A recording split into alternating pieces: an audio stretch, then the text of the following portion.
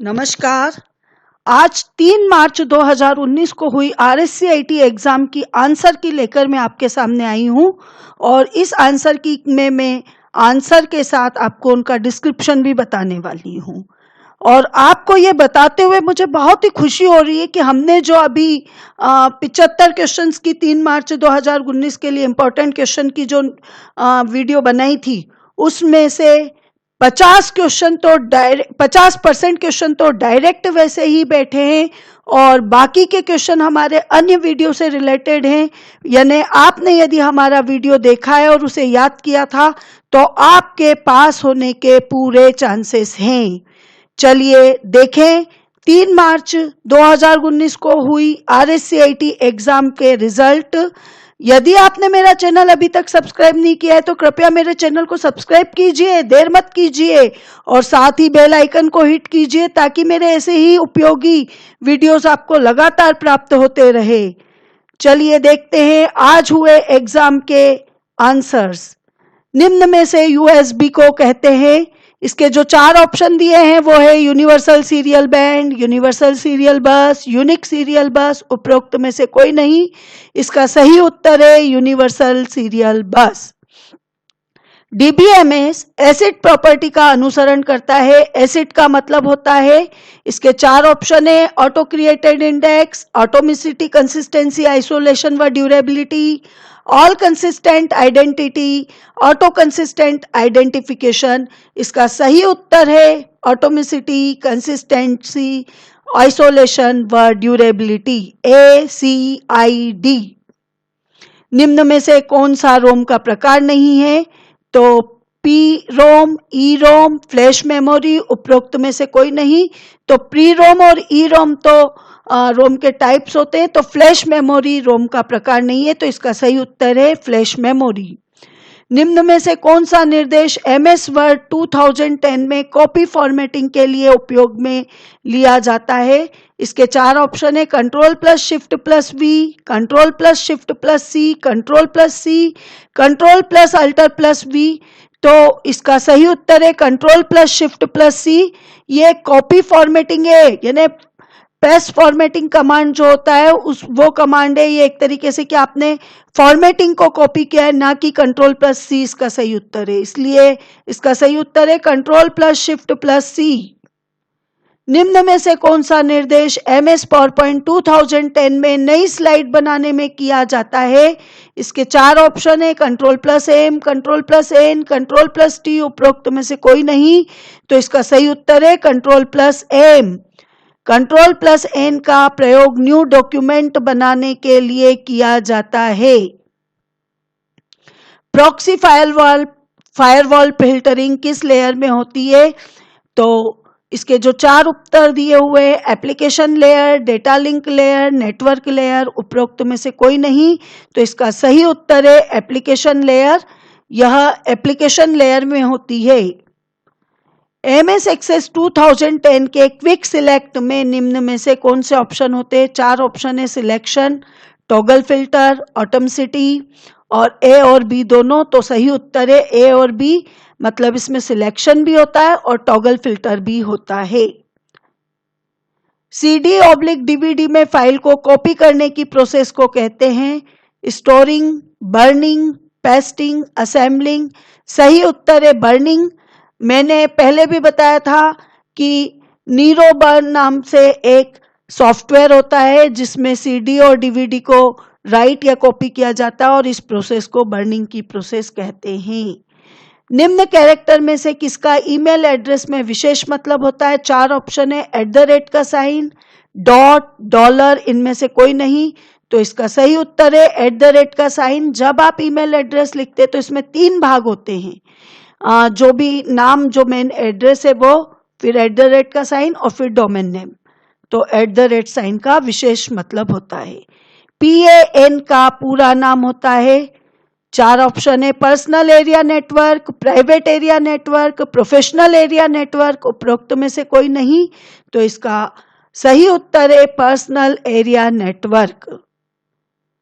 निम्न में से कौन सी नेटवर्क टोपोलॉजी नहीं है? चार ऑप्शन है, mesh topology, tree topology, moon topology, star topology.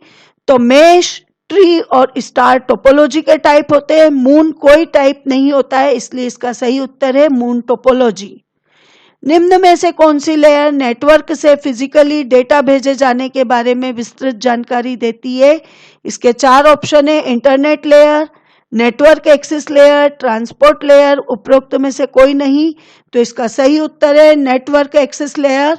Network access layer के द्वारा हम फिजिकली डेटा कहाँ भेजा गया है और किस तरह से भेजा गया है, इसकी सारी जानकारी इस लेयर से हमें प्राप्त होती है। सैटेलाइट कम्युनिकेशन की फ्रीक्वेंसी रेंज क्या होती है? तो चार ऑप्शन जो दिए हैं, 500 megahertz to 40 gigahertz, 1 gigahertz to 50 gigahertz, 80 gigahertz to 110 megahertz और 500 किलोहर्ट्ज टू 30 मेगाहर्ट्ज। इसका सही उत्तर है 1 गीगाहर्ट्ज टू 50 गीगाहर्ट्ज।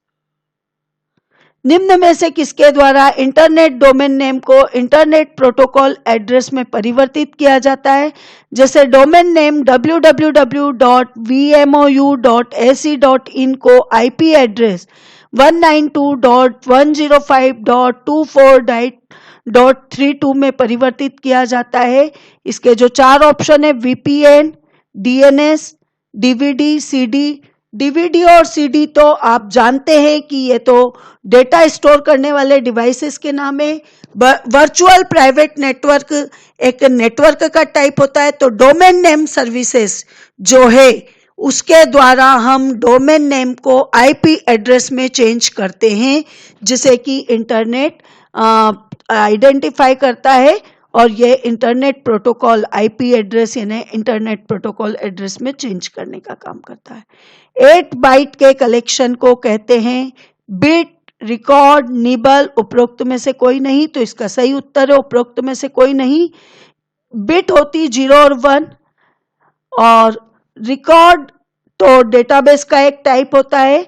निबल यानी 8 बिट का जो आधा भाग होता है वो निबल कहलाता है, 4 डिजिट को रिप्रेजेंट करता है ये। तो उपरोक्त में से कोई नहीं। 8 बाइट के कलेक्शन को कुछ भी नहीं कहा जाता है। निम्न में से कौन सा लेबल जीमेल में आने वाली मेल के बारे में बताता है? इनबॉक्स, सेंड मेल, ड्राफ्ट और स्पैम। तो आने वाली मेल, जो भी हम मेल प्राप्त करते हैं उसको इनबॉक्स में रखा जाता है। भेजे जाने वाली मेल सेंड मेल में जाती है, सेंड मेल के थ्रू पता चलती है। ड्राफ्ट में हम कोई मेल बना देते पर उसे सेंड नहीं करते तो वो ड्राफ्ट में स्टोर हो जाती है। स्पैम मेल जो अनवांटेड मेल्स होती है उन्हें कहा जाता है। तो इसलिए इनबॉक्स आपका जीमेल में आने वाली मेल को बताता है। इसका सही उत्तर है। ईमेल भेजते समय यदि ईमेल एड्रेस को निम्न फील्ड में रखा जावे तो उक्त फील्ड वाले व्यक्ति को ईमेल की प्रति प्राप्त होगी, परंतु अन्य प्राप्तकर्ता उक्त ईमेल एड्रेस को नहीं देख पाएंगे। इसके चार ऑप्शन है, सीसी, बीसीसी, जंक, सब्जेक्ट। तो इसका सही उत्तर है बीसीसी, ब्लाइंड कार्बन कॉपी। मैंने पहले भी बताया था कि ब्लाइंड कार्बन कॉपी में हम उस व्यक्ति का नाम रखते हैं जिसकी जानकारी हमें अन्य व्यक्तियों को नहीं देनी है, जिन्हें कि हमने सीसी में और 2 में रखा है, उनको यदि उसकी जानकारी नहीं देनी तो इसे ब्लाइंड कार्बन कॉपी में रखा जाता है। निम्न में से कौन सा पासवर्ड सबसे ताकतवर माना जाता है? तो इसमें चार ऑप्शन दिए, VMOU@2017, RSCIT, strong password, VMOU। तो जैसा अभी मैंने पहले भी बताया कि कोई भी पासवर्ड यदि आप रखते हो और उसमें आप यदि कैरेक्टर, डिजिट और साइन वगैरह सब इस्तेमाल करते हो तो वो स्ट्रॉन्ग पासवर्ड कहलाता है। इसलिए VMOU@2017 स्ट्रॉन्ग पासवर्ड माना जाएगा। बाकी के सारे तीनों में केवल कैरेक्टर्स स्ट्रिंग है, इसलिए ये स्ट्रॉन्ग नहीं है। किसी नेटवर्क में डेटा ट्रांसफर की गति को किसमें नापा जाता है? हर्ट्ज, डॉट्स पर इंच, बिट्स पर सेकेंड और वॉट। तो इसका सही उत्तर है बिट्स पर सेकेंड। पोर्ट्रेट व लैंडस्केप कहलाते हैं। चार ऑप्शन दिए हैं, page orientation, page size, page layout. उपरोक्त सभी तो इसका सही उत्तर है page orientation. Page orientation option के द्वारा हम पेज को आड़ा या खड़ा यानी पोर्ट्रेट और लैंडस्केप फॉर्मेट में रखते हैं। पेज साइज से तो हम पेपर की साइज सेट करते हैं। पेज लेआउट में पेज का लेआउट कैसा दिखेगा ये बताते हैं। विंडोज 10 में सभी खुली हुई विंडोज को मिनिमाइज करने के लिए निम्न में से कौन से कमांड का उपयोग किया जाता है? Alt+M, Shift+M, Control+D और विंडोज की प्लस डी। तो विंडोज की के साथ डी की प्रेस करने पे जितनी भी विंडोज ओपन है वो सब मिनिमाइज हो जाएगी, मतलब टास्क बार पर उनके नाम दिखेंगे और स्क्रीन डेस्कटॉप पर वो नहीं दिखाई देगी। निम्न में से ऑडियो डेटा को कंप्यूटर में इनपुट देने के लिए कौन सा इनपुट डिवाइस उपयोग में लिया जाता है? 4 ऑप्शन है, speaker, volume control, wifi, microphone. तो इसका सही उत्तर है माइक्रोफोन। स्पीकर ऑडियो डेटा को आउटपुट देने के लिए, मतलब हमें आउटपुट के रूप में प्रोवाइड करवाता है। वॉल्यूम कंट्रोल से तो हम वॉल्यूम को स्पीड, वॉल्यूम की यानी स्पीड को और वॉइस को कंट्रोल करते हैं। और वाईफाई इंटरनेट के थ्रू डेटा एक्सेस करने का एक तरीका होता है। MS वर्ड 2010 में फाइंड ऑप्शन किसमें उपलब्ध होता है? इंसर्ट, होम, व्यू, उपरोक्त में से कोई नहीं। तो ये होम, जो रिबिन में होम टैब होती है उसके अंदर ये पाया जाता है फाइंड ऑप्शन, जिसके द्वारा हम कोई भी वर्ड को फाइल में सर्च कर सकते हैं। एक्सेल 2003, एक्सेल 2007 व एक्सेल 2010 में फाइलों को क्रमशः किस एक्सटेंशन में सेव किया जाता है? इसका सही उत्तर है XLS, XLS-X और XLS-X। मतलब 2007 और 2010 में एक ही नाम से सेव किया जाता है और 2003 में XLS के नाम से सेव किया जाता था। कंप्यूटर से अटैच डिवाइस को ऑपरेट एवं कंट्रोल करने के लिए डैश प्रोग्राम है। Application software, processing device, device driver, उपरोक्त में से कोई नहीं। तो एप्लीकेशन सॉफ्टवेयर के द्वारा तो हम कोई पर्टिकुलर कार्य को कंप्यूटर की सहायता से कर सकते हैं। प्रोसेसिंग डिवाइसेस जो हमारे कंप्यूटर को प्रोसेस करवाने के लिए यूज होते हैं। डिवाइस ड्राइवर के द्वारा हम जो भी डिवाइस हम कंप्यूटर से अटैच कर रहे हैं उसको कंट्रोल करवाते हैं, उसको ऑपरेट करवाने के लिए उसकी सेटिंग सेट करते हैं, तो उसके लिए हमें डिवाइस ड्राइवर की आवश्यकता होती है। तो इसका सही उत्तर है डिवाइस ड्राइवर। निम्न में से कौन सी टेबल नेटवर्क के सभी नेटवर्क एड्रेस और संभव रास्तों की सूचना रखती है? इसके 4 ऑप्शन है, symbol table, routing table, system table, उपरोक्त में से सभी। तो सही उत्तर है routing table. Routing table network के जितने भी यानी नोड्स, क्लाइंट्स जुड़े हुए हैं उन सबके एड्रेस और रास्तों की सूचना रखती है। निम्न में से कौन सा क्लाउड स्टोरेज नहीं है? 4 ऑप्शन है, Google drive, hard drive, Dropbox और माइक्रोसॉफ्ट वन ड्राइव। इसका सही उत्तर है hard drive. Google drive, Dropbox और माइक्रोसॉफ्ट वन ड्राइव तीनों क्लाउड स्टोरेज के टाइप है। हार्ड ड्राइव क्लाउड स्टोरेज का टाइप नहीं होता है। वह मल्टीपल टास्क ऑब्लिक प्रोसेस जो सीपीयू की तरह कॉमन प्रोसेसिंग अवयवों का उपयोग लेते हैं उन्हें कहते हैं multitasking, multi processing, multi sharing. उपरोक्त में से कोई नहीं। तो इसका सही उत्तर है मल्टीटास्किंग। मतलब एक ही समय में एक से ज्यादा काम करने की जो कैपेबिलिटीज होती है वो मल्टीटास्किंग कहलाती है, जो कि सीपीयू में होती है। जो सीपीयू एक साथ कई सारे काम करता है तो वो, और इस तरह के और भी जो भी डिवाइसेस है जो कि एक साथ कई सारे काम करते हैं वो सब मल्टीटास्किंग कहलाते हैं। पीडीएफ का पूरा नाम क्या है? Processing document file, publish document file, portable document file. उपरोक्त में से कोई नहीं। तो इसका सही उत्तर उपरोक्त में से कोई नहीं है, क्योंकि ऊपर दिए गए तीनों नाम कोई फाइल को रिप्रेजेंट नहीं करते हैं। पीडीएफ का पूरा नाम होता है पोर्टेबल डॉक्यूमेंट फॉर्मेट, यानी जिस फॉर्मेट में हम डॉक्यूमेंट को एक स्थान से दूसरे स्थान पर इजीली भेज सकते हैं या ले जा सकते हैं। 30वां क्वेश्चन है डैश डैश डैश एक फोल्डर है जो आपके द्वारा हटाए गए फाइल व फोल्डर के लिए अस्थायी संग्रहण प्रदान करता है। Recycle bin, control panel, my network places, द्वितीय भंडारण यूनिट।